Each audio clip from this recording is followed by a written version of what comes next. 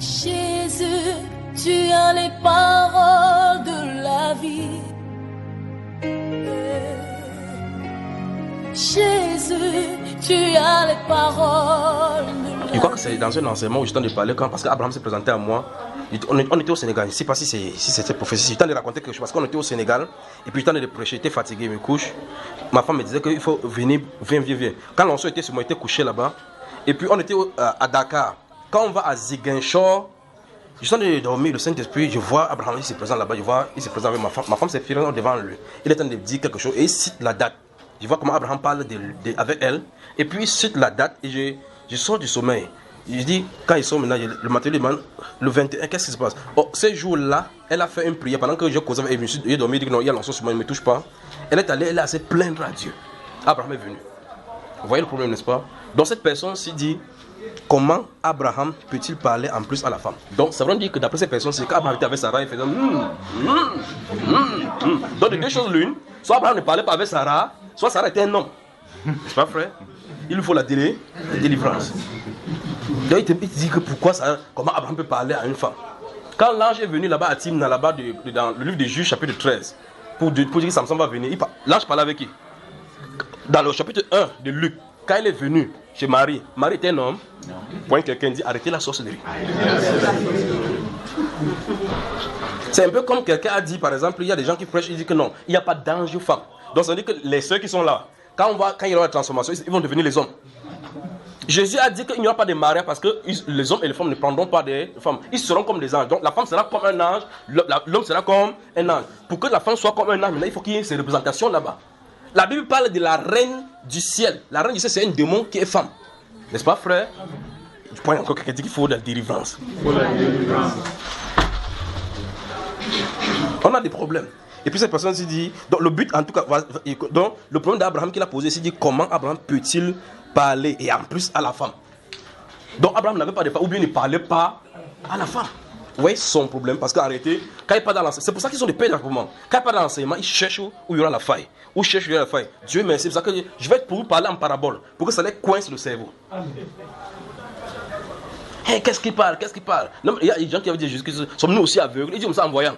Jésus dit que non, arrête, tu n'es pas aveugle. Tu vois très bien, tu comprends, non? C'est pour ça que ton péché demeure. Entre temps, l'aveugle dit, vous ne le connaissez pas? Quand il était aveugle là, il m'a ouvert les yeux. C'est celui qui ouvre les yeux, l'Éternel des armées. Il dit, bon, voilà, tu as enseigné qu'on a fait le cours théologie. Il dit, il est maintenant, si vous voulez devenir ses disciples, c'est votre problème. Moi, je sais que j'étais aveugle, maintenant, je vois. Ça va porter témoignage contre ces jours-là. Donc on est dans une génération d'incrédules où n'importe quel acte spirituel que tu vas faire, il faut justifier. Donc imagine que c'est quelqu'un, il prend la témé, il dit non frère, il y a le coronavirus dehors. Mais Jésus il crache sur la langue de quelqu'un, pas vrai frère? Amen. Vous direz quoi à lui? Que pourquoi tu craches frère? Les urines sont comme... Bon, continuons ici. Cette personne se dit donc, comment Abraham peut parler en plus à la femme? Donc c'est une abomination qu'Abraham parle à la femme. Il dit autre chose. Écoutez bien.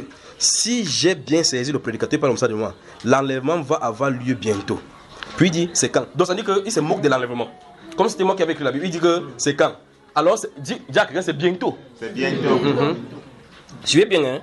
Pour ma part, il écrit ça en gros caractère. Quand Dieu Tout-Puissant parle, il est précis. Donc quand Jésus dit je reviens bien, ça c'était très précis, pas vrai? Amen. Voilà. Jésus a dit je reviens bien, ou bien dans sa Bible, Jésus n'a pas dit ça. Jésus a-t-il dit ça? Ça c'était très précis. Donc ce qu'il veut dire ici, c'est que en réalité, si c'était une prophétie, je donnerai le jour, je donnerai la date. Maintenant, écoutez bien, dans la suite des temps, il arrivera dans la suite des temps que la montagne de l'Éternel sera bâtie sur le sommet des monts. Ça c'est précis, pas vrai? On connaît le jour exact et l'heure. Des bêtises. Quelqu'un dit bêtises. Voilà. Donc, pourquoi il prend cela? Parce qu'en réalité, remarquez bien qu'il a positionné Hébreu chapitre 1. Le Hébreu chapitre 1 qu'il est en train de mettre, il veut par là dire que depuis que Jésus est venu, les prophéties, on n'a pas besoin de prophéties. N'est-ce pas, frère? Voilà les chrétiens, voilà ceux qui lisent les Saintes Écritures.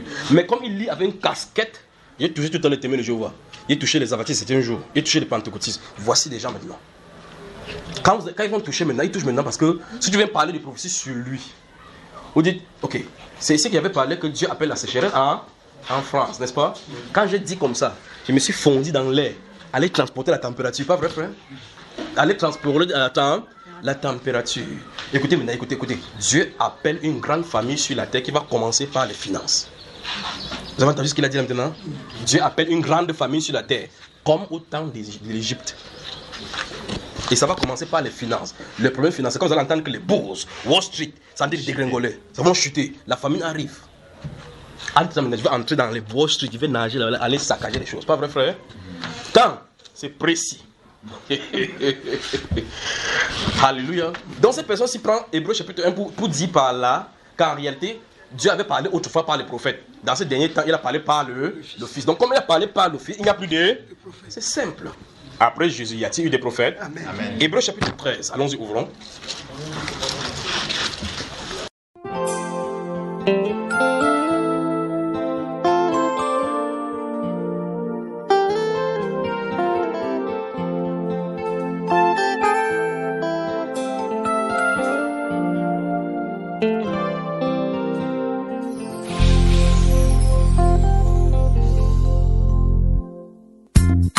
Les hommes vont passer, toutes les femmes vont passer, et avec leur vanité, l'orgueil de la vie. Ton argent va passer, tous tes biens vont passer, et avec leur vanité, l'orgueil de la vie. Mais je te dis, oh mon frère, regarde seulement à ce livre de la vie, oh,